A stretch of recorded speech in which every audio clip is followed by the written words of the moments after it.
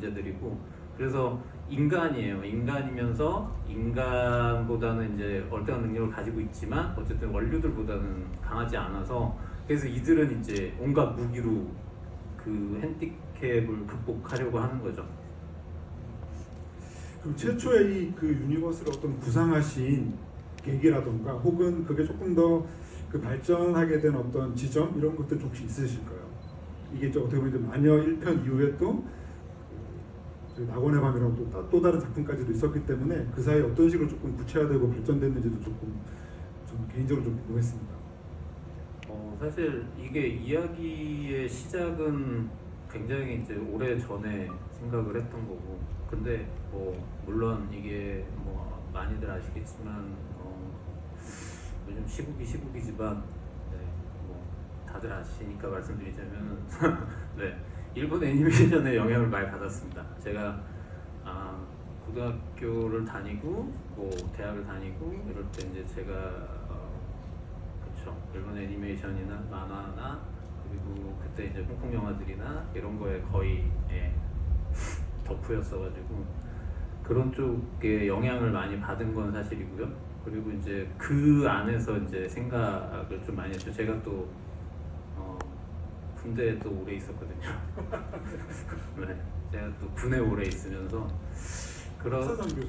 아니요. 저는 부사관 출신입니다. 네, 저는 중사로 전역했습니다. 그래서 있으면서 거기서 이제 또 많은 훈련에 참가하고 하면서 사실 이제 훈련하면서도 많은 공상을 했습니다. 저기서 저 총을 들고 날르면 날라다니고 하고 그러면 어떨까? 저 탱크를 뒤집으면 어떻게 되나? 이런 생각들도 많이 했고, 그러니까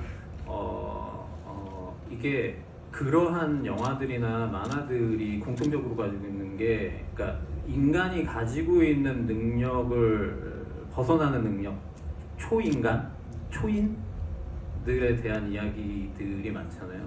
그러니까 저도 이제 그런 이야기를 한번 해보고 싶었어요. 한국에서.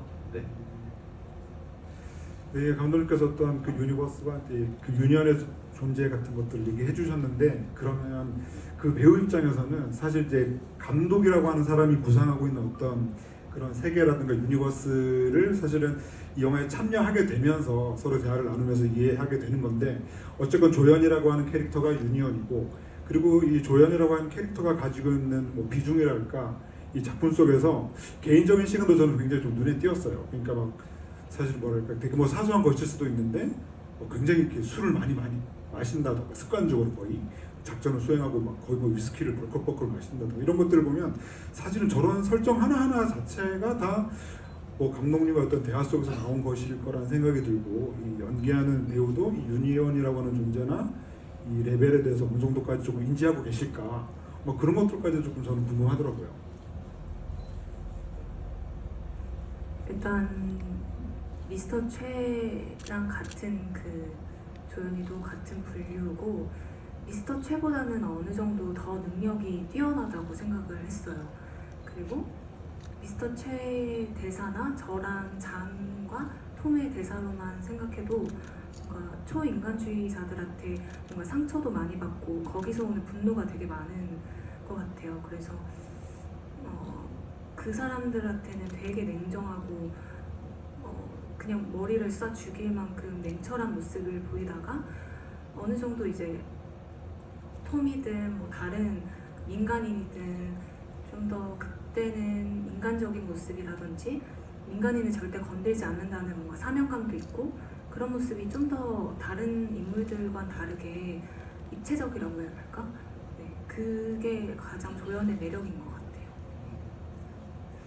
그리고 그 조연이라고 하는 캐릭터는 이렇게 이른바 이제 총기를 사용하는 이제 군인이잖아요. 이제 군인이고, 그런 것들을 보면 사실 이번 작품이 이제 마녀 1편에서 확실하게 좀 업그레이드되고 좀 확장되었다라고 느끼는 지점은, 사실은 전 세계 수많은 액션 영화들이 있지만 이런 그 총기 액션과 그리고 근접해서 펼친 어떤 격투 액션이라고 하는 이런 지점들을 이렇게 참 조화롭게 운영하기가 사실 굉장히 힘들거든요.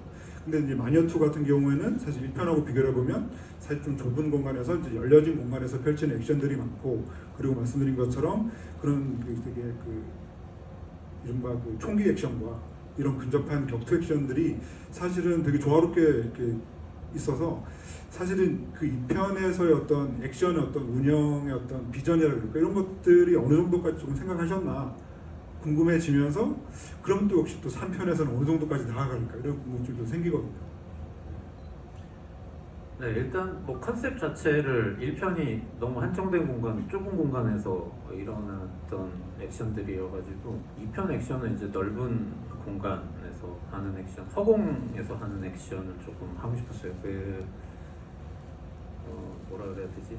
그 전투기들이 날아다니는 것 같은 거, 네, 그런 거를 그냥 사람이 이제 뭐 인물들이 날르면서 이제 구현하고 갑자기 방향을 바꾸고 허공에서 이제 소닉붐 같은 것들이 팡팡 터지고 이런 액션들을 하고 싶었고 거기에 이제 아무래도 이제 그 우리가 이제 분류들이 나눠져 있으니까 유니온이랑 그 다음에 이제 뭐 초인간도 나오고 뭐 나오지만 이들의 이제 액션들이 있으니까 그리고 유니온들의 한계치 때문에 어쨌든 중화기를 좀 많이 쓰고 싶었거든요. 근데 사실 뭐 많이 쓰고 싶은 거에 비해서는 정말 미미하게 썼습니다. 그리고 3편의 액션은 또 얼마나 이걸 더 보여줄 거냐라고 하면 그거는 이제 네, 얼마로 찍을 수 있는지 그것도 한번 잘 짜봐야죠. 네. 그리고 또 이제 성원수 배우가 이제 이 작품 준비하면서 굉장히 오랜 시간 뭐 액션 스쿨에서 이제 훈련하시고 뭐 그랬다는 얘기를 뭐 많이 말씀을 하셨고 또 이제 박훈정 감독님이 이제 성원수 배우와 대화를 나누면서 막 추천했던 여러 작품들에 대한 얘기도 좀 들었거든요. 그래서 좀 레퍼런스가 되었던 작품이라던가 뭐 이런 것도 되게 궁금하고요. 더군다나 그 중에서는 제가 또 눈에 띄었던 작품이 그 데미 무어가 연기했던 그 G.I. 제인 같은 경우에는 실제로 또 그 데미 무어가 연기했던 캐릭터가 또 군인이기도 해서 되게 흥미로운 지점들이 많더라고요. 그래서 그런 레퍼런스에 대한 질문도 좀 드리고 싶었습니다. 감독님이 추천해주신 그 G.I. 제인을 현장에서 제일 많이 봤었는데 그것도 정신력이 강한 군인에 대한 얘기라서 조연이랑 닮은 부분이 있었던 것 같고요. 제가 제일 좋아했던 작품은 올드가드 작품이에요. 그것도 아무리 뭐 다쳐도 총을 맞거나 해도 다시 살아나는 불사신에 대한 내용이었고 그런 뭔가 카리스마 넘치고 시원시원한 액션 이런 것 때문에 네, 몇 번 많이 참고해서 봤던 것 같아요. 그리고 저는 이제 이번 그 감독님의 그 마녀 유니버스를 이렇게 좀 생각을 해보면 뭐 개인적으로 느낀 어떤 그 가장 매력적인 지점은 역시 이제 3편을 봐야 이제 또 완성이 되겠지만 그 구자연도 그렇고 이번 작품의 소녀도 그렇고 그 능력치를 전혀 가늠할 수 없다라고 하는 지점이 저는 그게 어떻게 보면 이 연출자의 야심이 드러난 지점이기도 한 것 같아요. 그래서 뭐 초인간이라고 하는 단어도 그렇고 어쨌건 그 이 작품이 이제 2편을 지나서 3편에서 이제 마무리되고 할 텐데 그 저는 뭐 마음에 드는 여러 장면들이 이 소녀 배우가 연기한 그 소녀가 그 어떤 순간에도 전혀 이렇게 미동도 없이 모든 공격들을 다 받아내고 흡수를 하면서 정말 너무나도 평온한 표정으로 있는 그런 모습들이었거든요. 그러면서 이 유니버스에서 그 이들이 지닌 어떤 능력치의 끝은 어딜까, 한계가 어딜까라는 생각이 들면서 어쨌건 있긴 할 거라는 생각이 들긴 하는데 저는 거기에 분명한 어떤 이 박훈정이라고 하는 연출자의 야심이 좀 담겨있지 않나라는 생각이 듭니다. 혹시 어떻게 생각하시나요? 일단 그 굉장히 평온하게 서서 그런 표정으로 공격을 받아내고 흡수하고 뭐 하는 그 소녀의 모습은 3편에서는 없을 것 같습니다. 일단 네, 네, 일단은 네, 지금 뭐 일전에도 말씀드렸는데 소녀나 자윤이는 아직도 네, 성장을 해야 되는 성장 캐릭터고요. 그리고 이들보다 강한 캐릭터들은 이미 2편에서도 나왔었고 네, 강한 캐릭터들이 있습니다. 그리고 확실하게 아주 끝판왕도 나왔었고요. 그래서 네, 아직은 성장을 더 해야 됩니다.